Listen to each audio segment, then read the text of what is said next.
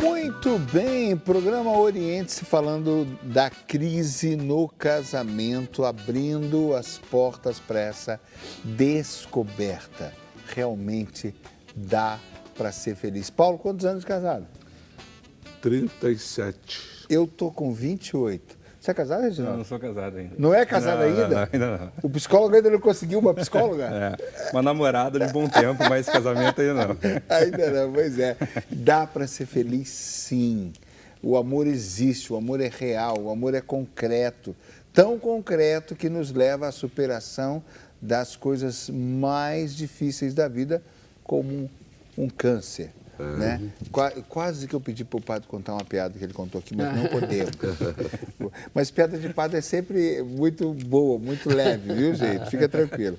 Bom, a Edilaine Teodora Vitalino mandou aqui uma mensagem dizendo: nós, cofianos de Campinas, casal Di e Ney, estamos ligados no programa, está mandando um abraço, Paulo. Legal. O que é o Cofianos? Conta pra gente. A gente colocou o nome de Cofianos, né, das pessoas que entraram no COF através de encontro de casais. Ah, tá. Porque o COF não tem só encontro de casais, ele tem várias atividades. Aqueles idosos, nós tratamos de 200 idosos diariamente. Eles usam o COF, mas não são cofianos. Eles são do Departamento de Assistência Social. Entendeu? Se bem que alguns casais lá que são atendidos já fizeram encontro de casais. Mas no meio, eles são atendidos na terceira idade. Bom, nós vivemos um momento muito oportuno, muito interessante, eu diria na minha linguagem muito legal, que é esse momento que a gente pode enfrentar as situações difíceis e buscar soluções. Como o Reginaldo falava aqui, nos anos, né, algumas décadas atrás, ninguém procurava, os problemas não existiam, mas na verdade eles estavam embaixo do tapete, né, Reginaldo? Hoje se enfrenta mais. Então nós temos algumas situações aqui, porque como os casais de segunda união, os casais que não se encontraram, casais que precisam de novo se realinhar, situações desastrosas, a pessoa pensa que acabou a vida, né? Então hoje existe um pronto-socorro, graças a Deus, né, padre? Né? O fato de estarmos aqui conversando abertamente sobre isso já mostra isso. Mas vamos lá, algumas participações mais específicas nessas situações. O Wilson, padre, ele se separou por vontade da esposa, não a dele. Ele é católico praticante e gostaria de saber como proceder agora com outros relacionamentos perante a igreja. Bem, ele foi abandonado, né? Ele foi deixado. Mas se ele foi casado no religioso, ele, para todos os efeitos, ainda está casado com esta mulher, independente da relação, do vínculo, não é? Não existe mais o vínculo, o contato. Mas até que a igreja se manifeste, ou seja, ele pode pleitear a nulidade desse casamento, muito embora só pelo que ele está dizendo é muito pouco, né? Muito precário. Mas você sabe, e os telespectadores também sabem, que existe um tribunal eclesiástico, né? Que julga, que avalia questões de nulidade matrimonial. Ou seja, um casal, mesmo casado no religioso, pode ter esse casamento anulado. Não é? Isso é muito complexo, eu não sou do tribunal, não tenho formação em direito canônico. Mas acho que a gente tem que traduzir de uma maneira simples, padre, para ajudar o esclarecimento. Eu quero fazer uma comparação, se o senhor me permite, bem simples. O senhor vai numa agência de carro e compra um carro. O senhor assina um contrato, um financiamento.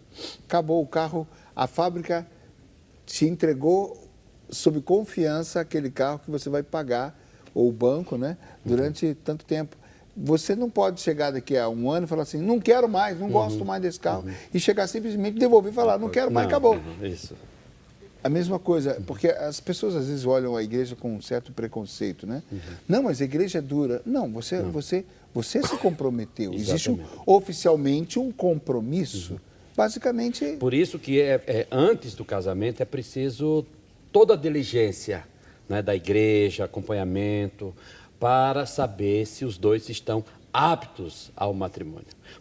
Pode até estar aptos a viver a dois, como homem e mulher, Pode até estar aptos a viver a dimensão da sexualidade, mas podem não estar para viver o comprometimento, né? Para dar o sim. Então, o que é que a igreja pega muito? É no livre consentimento.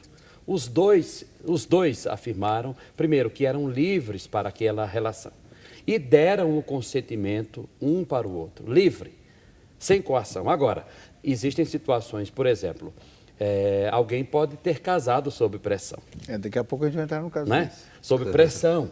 E aí, se isso for comprovado, esse casamento não existiu. Então, o caso do Wilson, ele, primeira coisa, é precário dizer alguma coisa, mas ele ainda continua com um Casado. vínculo. Ele continua casado. Se Como ele, se não, comportar? se ele não tiver com ninguém, ou seja, se ele estiver livre, solteiro, né, no sentido de não ter outra companheira, ele está apto a receber a comunhão. Talvez seja essa a questão dele.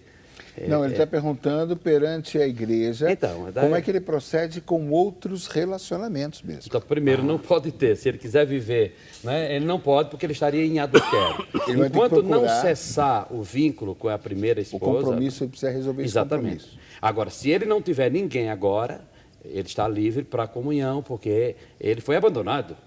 Né? Ele não está em adultério. Agora, se ele passar a ter uma namorada a partir de hoje, aí ele tem que se abster da comunhão, porque ele ainda está vinculado à primeira. Agora, é interessante deixar um pouco a poeira baixar, fazer um pouco, se é possível, a digestão dessa situação tão difícil e começar a dar passos para buscar uma solução. Porque o problema é que as pessoas vão deixando a situação em aberto. Se acomodam e não resolvem uma situação tão desastrosa, né? Talvez procurar, no caso dele, concreto, procurar um sacerdote, abrir o coração dele, procurar um acompanhamento, não é? Uma direção espiritual, um acompanhamento pastoral. Porque Cada nesse situação caso, o próprio padre é uma autoridade diante da igreja, uma testemunha oficial para dizer, esse rapaz está lutando, né? Exato. E cada situação é específica, não é? Fica difícil você, num meio como esse, tratar de situações talvez tão particulares, né, que envolvem a intimidade dele, do casal, mas grosso modo é isso. Ele foi abandonado, não é? Ele foi deixado pela esposa, ele não está em adultério se ele se mantiver, não é, em castidade, né? Se ele se mantiver na dele, como a gente diz, né? Se ele partir para um outro relacionamento, enquanto ainda esse existe, aí ele estaria numa situação de adultério. Reginaldo, a frustração, quando a gente acredita tanto, sonha tanto, idealiza tanto, e de repente, alheio à minha vontade, aquilo desmorona. A gente encontra muitas pessoas que vivem situações parecidas com o Wilson, que, alheio à sua vontade, ele se vê vítima de uma situação que é uma violência emocional, vou colocar assim, né? Não é importante também a pessoa buscar ajuda também para os seus sentimentos, para a sua cabeça, até nas perdas, né? Quando a gente falece alguém muito importante, muitas vezes é importante a gente realinhar as ideias, não é? Eu não sei muito bem a situação que aconteceu aí, essa separação, mas vamos supor que essa mulher o abandonou. Quer dizer, ele amava essa mulher, ele investiu muito no relacionamento e essa mulher abandonou. E, na verdade, todo mundo que namora ou todo mundo que está num casamento está suscetível, está sujeito a entrar com o coração no relacionamento, outra pessoa entrar mais com a razão e acontecer essa separação. É possível isso, né? Então, assim, estar namorando, estar casado não quer dizer que vai ser para sempre. Isso é possível acontecer. E aquela pessoa, entre aspas, que fica ou que é deixada, muitas vezes cria-se um trauma nessa pessoa, né? Ela fica desiludida, muitas vezes quando vai para a terapia ela fala, não vou mais casar, ou não vou mais namorar, vou ficar solteiro porque é furado esse negócio de casamento. Então a pessoa vai muito magoada, muito ferida, ela fica por esse período. E eu sempre falo para as pessoas, quando elas chegam até um atendimento desse jeito, eu falo assim, ó, essa fase é normal acontecer isso, né? Você está muito frustrado, você está machucado, você está ferido, está ferida, né? Mas é muito comum as pessoas, depois por essa fase em que elas abafam, que elas expressam o sentimento dela, elas voltarem a ter vontade de novo num relacionamento, voltar para um casamento e tudo mais, né? Então, é uma fase. E a terapia, nesse sentido, ela ajuda muito a fortalecer essa pessoa para voltar a viver, voltar a ser feliz e voltar a se entregar no relacionamento. Porque tem pessoas que ficam com tanto medo de se entregar que acabam não se envolvendo mais com ninguém na vida, né? E aí também acaba sendo um probleminha emocional da pessoa.